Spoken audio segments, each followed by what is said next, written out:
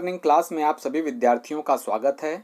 आज हम पाठ 17 में मानव निर्मित पदार्थ क्या होते हैं, कैसे तैयार किए जाते हैं, इनका क्या उपयोग है और गुणधर्म क्या है, इसे हम इस चैप्टर में जानेंगे।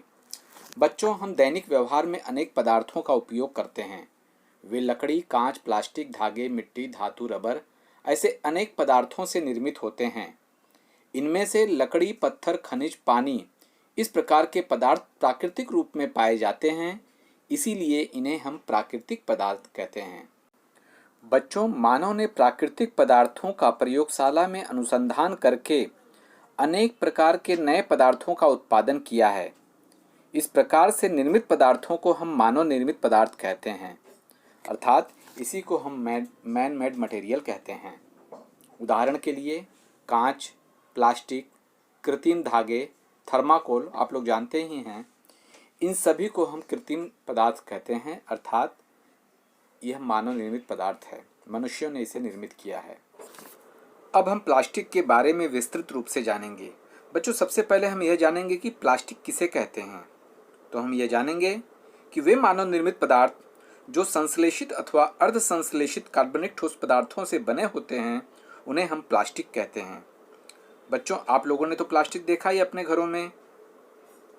ये प्रायः उच्च अणुभार वाले बहुलक होते हैं, जिनमें मूल्य कम करने या अधिक कार्यक्षम बनाने के लिए कुछ अन्य पदार्थ भी मिश्रित किए जाते हैं।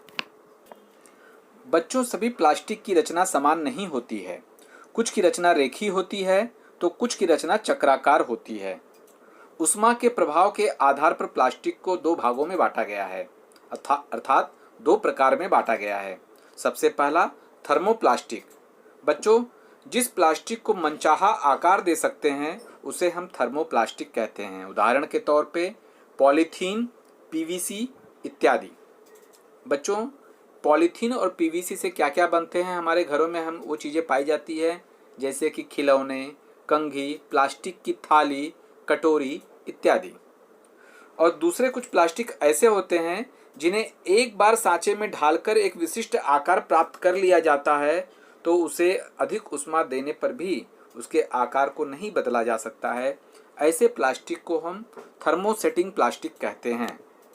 उदाहरण के तौर पे घरों में जो बिजली के उपकरण होते हैं जैसे कि स्विच होते हैं, उसके बटन होते हैं या उसके बोर्ड होते हैं, या कुकर जो हम कुकर इस्तेमाल करते हैं घर में, उसके जो हत्थे होते हैं, ये थर्मोसेटिंग प्लास्टिक के बने होते हैं।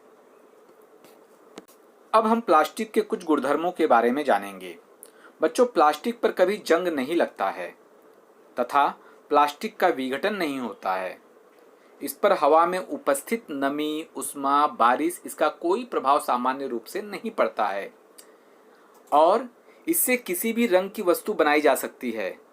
मतलब उसमें रंग मिश्रित करके किसी भी रंग की वस्तु बनाई जा सकती है। सुगठिता का गुणधर्म होने के कारण हम इसे मनचाहा आकार दे सकते हैं।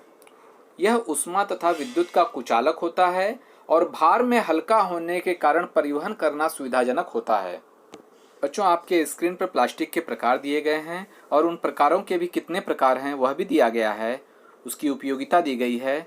आप इसे ध्यानपूर्वक देखेंगे, इसका अध्ययन करेंगे और इसे अपने कॉपी में नोट कर लेंगे। अब हम देखेंगे कि प्लास्टिक का पर्यावरण पर क्या प्रभाव पड़ता है। बच्चों, प्लास्टिक यह अविघटनशील पदार्थ है, अर्थात ये जल्दी विघटित नहीं होता है, प्राकृतिक रूप से जल्दी विघटित नहीं होता है। इस कारण हमारे पर्यावरण पर इसका बहुत बुरा प्रभाव पड़ता है।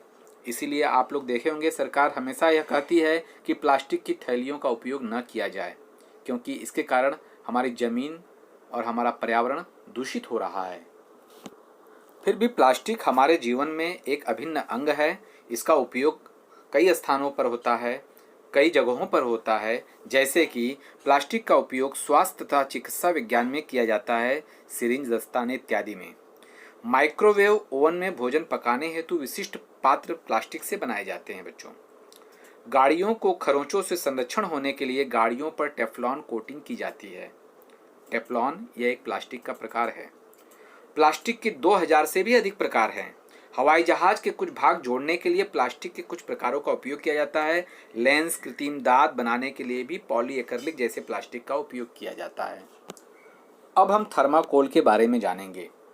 बच्चों, आप लोगों ने देखा होगा कि जब घर में कोई नई वस्तु आती है और वह वस्तु जो आसानी से फूट सकती है, ऐसे वस्तु को संरक्षण प्रदान करने के लिए वह वस्तु जिस बक्से में होती है, उस बक्से के चारों ओर सफ़ेद रंग का गत्ते नुमा एक आवरण होता है, उसे ही बच्चों हम थर्माकोल कहते हैं। इसके अलावा त्यौहार के दिनों में घरों को सजाने के लिए अथवा किसी प्रोग्राम में भोजन करने के लिए जिन थालियों का उपयोग किया जाता है, उनमें बड़े पैमाने पर थर्माकोल से बने बर्तनों का उपयोग किया जाता है।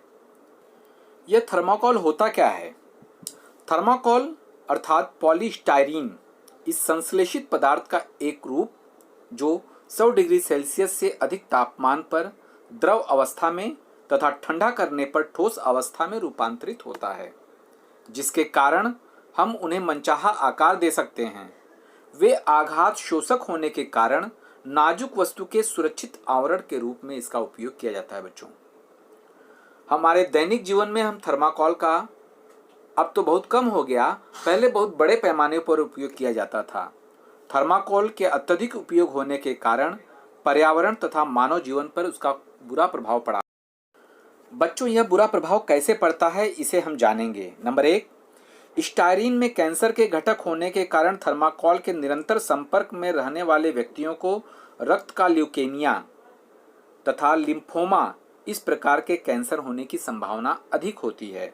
और दूसरा, यह जैव अविघटनशील होने के कारण थर्माकोल का प्राकृतिक रूप से विघटन नहीं होता है या बहुत अधिक समय लगता है। इस कारण अधिकांश लोग उसे जलाकर नष्ट करना यही उपाय समझते हैं, परंतु यह तो पर्यावरणीय दृष्टि से और अधिक घातक होता है। बच्चों, थर्माकोल के ज्वलन से विषैली गैसें मुक्त होती है और ये हमारे शरीर पर बुरा प्रभाव डालती हैं। और नंबर 3, समारोह में भोजन, पानी, चाय इनके लिए लगने वाली थालियाँ, कप, ग्लास बनाने के लिए थर्माकोल का बच्चों बड़े पैमाने पर उपयोग होता है। इसके कारण हमारे स्वास्थ्य पर बुरा प्रभाव तो पड़ता ही है और इससे हमारे शरीर में कैंसर होने की संभावना और अधिक बढ़ जाती है। बच्चों, अब हम कांच अर्थात ग्लास के बारे में जानेंगे। दैनिक जीवन में हम कांच का उपयोग बहुत बड़े पैमाने पर करते हैं। बच्चों, आप लोग अपने घरों में भी देख सकते हैं कि कांच से ऐसी कौन कौन सी वस्तुएं बनी हैं जिसे आप अपने घर में रखते हैं। बच्चों, अब हम यह जानेंगे कि कांच की खोज कैसे हुई। इसकी एक दिलचस्प कहानी है, इसे हम देखेंगे। बच्चों, कुछ फेनिशियन व्यापारी रेगिस्तान में रेत पर खाना बनाते समय खाने के बर्तन को उन्होंने चूने के पत्थर का आधार दिया था। खाने के बर्तन को पत्थर से नीचे उतारने के बाद उन्होंने देखा कि एक पारदर्शक पदार्थ तैयार हुआ है। तो उन्होंने यह अनुमान लगाया कि यह पारदर्शक पदार्थ रेत तथा चूने के पत्थर को एक साथ गर्म करने के पश्चात प्राप्त हुआ है, अर्थात तैयार हुआ है। इसी से आगे कांच तैयार करने की विधि विकसित हुई है। बच्चों, अब हम कांच के गुणधर्म के बारे में जानेंगे। बच्चों, नंबर 1, कांच को गर्म करने पर वह मुलायम होता है तथा उसे मनचाहा आकार दे सकते हैं।